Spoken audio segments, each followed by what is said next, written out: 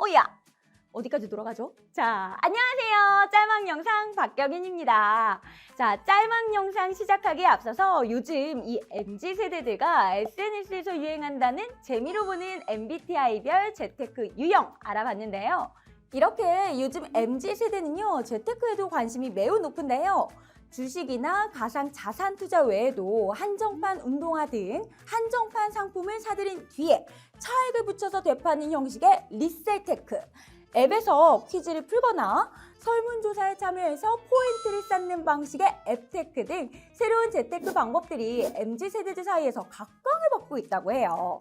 자, 그렇다면 우리 MZ세대와 비슷한 북한의 장마당 세대, 과연 재테크를 하고 있을까요? 아니, 북한에도 이 은행이 있을까요? 오늘 짤막 영상에서는요, 북한 금융제도와 함께 북한 주민들의 재산 관리, 즉 재테크 방법을 한번 알아보려고 하는데요. 그러니까 북한 주민들도 재테크를 하고 있다라는 이야기인 것 같은데, 이거 궁금합니다.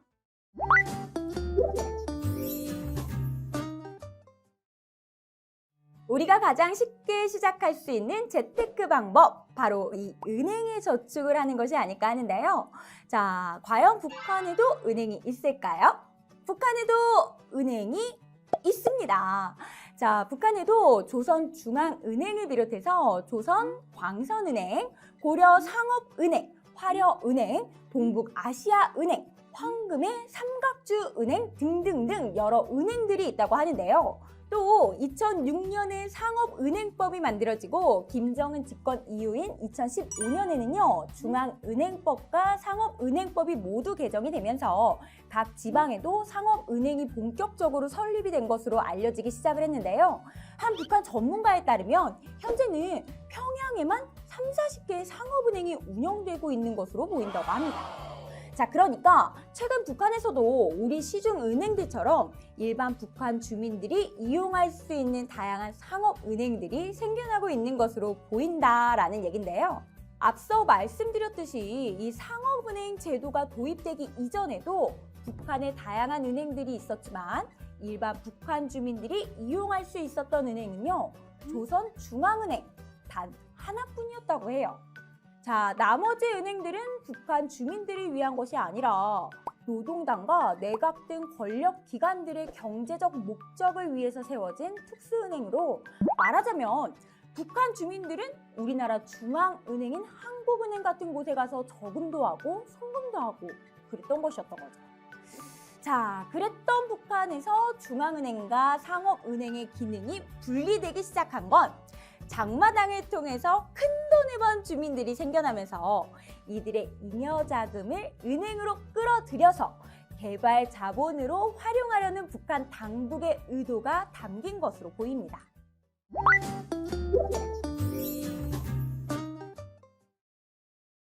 우리가 은행에 저축을 하는 이유 중에 하나가 바로 이 이자 소득, 그 이자 때문이잖아요. 자, 그럼 북한은행의 이자율은 얼마나 될까요?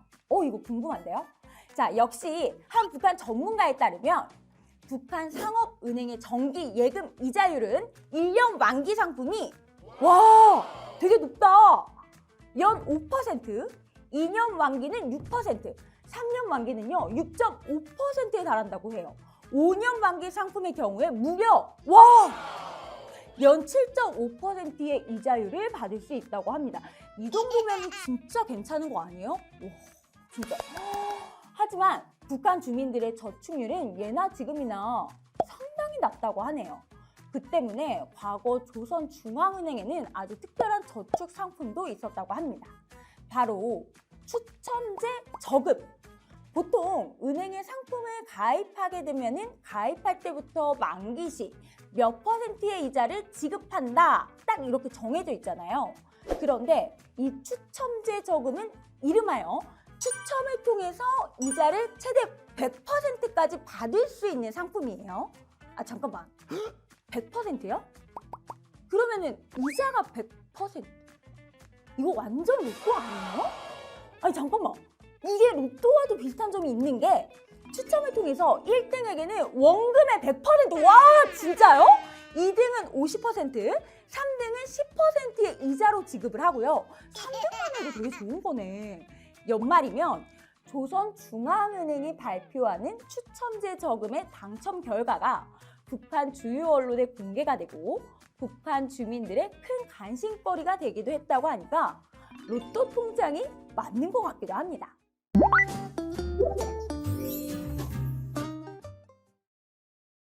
북한 상업은행의 높은 이자율과 각종 혜택에도 불구하고 북한 주민들의 은행 기피 현상은요, 여전한 것으로 알려져 있습니다. 심지어 북한에서는 은행에 돈을 맡기면 머저리! 이런 말까지 있다고 해요. 아니 왜? 북한 주민들이 높은 이자율에도 불구하고 은행에 저축을 하지 않는 가장 큰 이유 알려드릴게요. 자, 과거 조선중앙은행의 경우에 입금은 아무 때나 가능하지만 출금은 그렇지 않았기 때문이라고 합니다. 아니 무슨 말이야. 그러니까 은행에 맡긴 내 돈을 내 마음대로 찾을 수가 없었다라는 말인 거예요? 그럼 언제 찾아요? 아니 사실 과거 북한 은행들은요, 주민들에게 필요한 금융 서비스를 제공하는 기능보다는 정부나 국영 기업 등에 필요한 자금을 공급하기 위한 목적이 더 크기 때문인데요. 최근 북한에서도 다양한 상업은행이 등장을 하면서 예금 만기 시 인출을 보장하고 개인의 저금 비밀을 보장하는 등의 변화를 보이고 있지만 북한 주민들의 낮은 저금 상황을 볼 때 북한 주민들의 은행에 대한 불신은 여전한 것으로 보입니다. 이 때문에 일반 북한 주민들은 장사 미천 등을 위해 필요한 돈을 빌리거나 아니면 장사 등으로 모은 돈을 굴려 일종의 재테크를 해야 할 필요가 있을 때는 주로 사금융시장을 이용한다고 합니다. 1990년대 중반 이후 장마당 등에서 돈을 번 돈주들이 자신이 번 돈을 좀 굴려보려고 이자를 받고 다른 사람들에게 빌려주면서 사금융시장이 형성되기 시작한 것이라고 하는데요. 북한에서는 이렇게 시장이나 역 근처에 무리지어 다니면서 돈을 빌려주고 이자를 받는 이들을 돈 장사꾼 또는 돈대꼬라고 부른다고 합니다. 이자율은 보통 단합이 이루어져서 지역별로 일정한 이자를 받고 있는 경우가 많다고 하는데요. 양강도는 3에서 10%, 평안남도는 5에서 12% 정도의 이자율을 적용받고 있다고 해요. 자, 물론 이런 사금융은 북한에서는 엄연한 불법 맞습니다. 하지만 북한의 은행들이 일반 북한 주민들을 위한 제대로 된 금융 서비스를 제공하고 있지 못한 상황에서 많은 북한 주민들이 이 사금융을 이용할 수밖에 없겠죠. 자, 그래서 북한의 이 사금융 시장에서는요, 대출은 물론 환전에 송금까지 다양한 서비스가 제공되고 있다고 합니다. 아니 은행도 아닌데 환전까지 되고 송금도 되고 이게 가능하다고요? 자, 예를 들어서 설명을 좀 해드릴게요. 평양에 사는 김모모 동무가 신의주에 사는 박땡땡 동무에게 1,000달러를 송금하려고 합니다. 자, 일단은 김동무는 은행에 가는 대신에 평양에 사는 돈주에게 직접 1,000달러와 송금 수수료를 건네주게 되는데요. 자, 그럼 돈을 받은 평양의 돈주는 신의주에 사는 돈주에게 전화를 걸게 됩니다. 알랄랄랄랄랄랄랄랄 박땡땡 동무가 찾아오면 1,000달러를 내어주시라오. 이렇게 알려주게 되고요. 이제 박땡땡 동무는 신의주 돈주에게 가서 1,000달러를 받으면 되는 거죠. 또 북한 사금융 시장에서는요, 불안정하고 부피도 커서 보관이 어려운 북한 돈보다는요, 달러나 중국 위안화 등이 외화로 거래하는 것이 보편적이라고 합니다.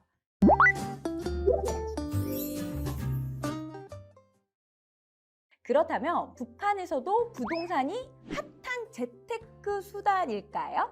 일단 북한에는요, 부동산이라는 용어 자체가 없다고 합니다. 자, 북한에서는 토지나 집에 대한 개인 간의 매매가 법적으로 허용되지 않기 때문인데요. 그런데 이거는 어디까지나 법적으로 그렇다는 얘기고요. 비공식적으로는 이미 오래전부터 개인 간의 주택 매매, 즉 산림집 매매가 공공연하게 이루어지고 있다고 합니다. 사유재산이 인정되지 않는 북한에서는요, 개인 간의 살림집 거래가 가능한 것은요, 살림집을 배분할 때 받게 되는 입사증, 공식 명칭으로는요, 살림집 리용 허가증이 있기 때문인데요. 살림집을 사려는 사람에게 돈을 받고 이 입사증을 넘겨주는 방식으로 부동산 거래가 이루어지게 되는 거죠. 특히 김정은 집권 이후에 돈주와 해외 자본의 투자로 부동산 건설 붐이 일어나면서 북한의 부동산 거래와 가격이 가파른 성장세를 보이고 있다고 하는데요. 이 때문에 평양의 아파트 값이 2000년대 초반에 비해서 와 10배 이상 뛰었다고 합니다. 우리도 부동산 가격이 교통이나 학군, 편의시설, 숙세권, 학세권 이런 거 있잖아요. 많은 반영을 하게 되죠. 자, 과연 북한은 이런 걸 반영할까요? 북한의 부동산에서도 역시 입지가 매우 중요하다고 하는데요. 일단 북한의 경제가 장마당을 중심으로 돌아가다 보니까 주변에 시장이 있는지가 집값에 매우 큰 영향을 미친다고 하네요. 평양 같은 경우는 좀 다르게 지하철이 있는지, 그리고 전기나 난방이 잘 공급이 되는지, 수영장이나 백화점 같은 편의시설이 얼마나 가까운지에 따라서 가격이 달라진다고 합니다. 이거는 우리랑 비슷한 거 아니에요? 자, 또 서울이 한강을 중심으로 강남, 강북 이렇게 나뉜다면 평양은 대동강을 중심으로 동평양, 서평양 이렇게 나뉜다고 하는데요. 자, 서평양 중에서도 평천, 모란봉, 보통강, 중구역 이렇게 4개 구역을 본평양이라고 합니다. 이 본평양 지역은요, 북한에서 유일하게 지하철이 다니고 평양 화력발전소가 있어서 난방 공급이 아주 잘 되고요. 북한 주민들이 가장 선호하는 지역이라고 합니다. 그래서 집값도 동평양에 비해서 5배 이상이나 높다고 하네요.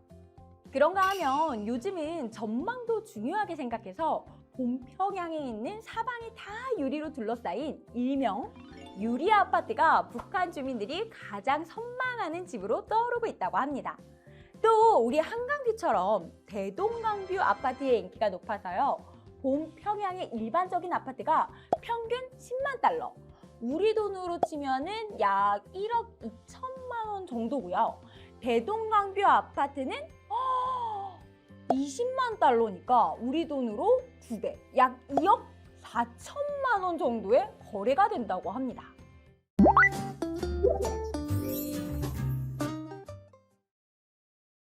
지금까지 북한의 금융과 요즘 핫하다는 북한의 부동산 이야기까지 쭉 한번 살펴봤는데요. 북한에서도 대동강뷰 아파트가 인기라고 하고 우리 돈으로 억대가 넘는다는 평양 아파트 값이 저는 정말 놀라웠습니다. 이렇게 여러 가지 점에서 우리와 크게 다르지 않은 북한 주민들의 일상 이야기를 통해 우리에게는 가깝지만 너무나 먼 곳이었던 북한을 조금은 더 가깝게 느낄 수 있는 시간이 되었기를 바랄게요. 자, 2021년도 여러분의 성원으로 함께 할 수 있었던 짤막 영상 시즌2! 이제 모두 마칠 시간이네요. 우와! 자, 그동안 함께 해주신 여러분 너무너무 감사드리고요. 다음 시즌3에도 우리 다시 만날 수 있겠죠? 제발! 왜 아무도 대답 안 해요?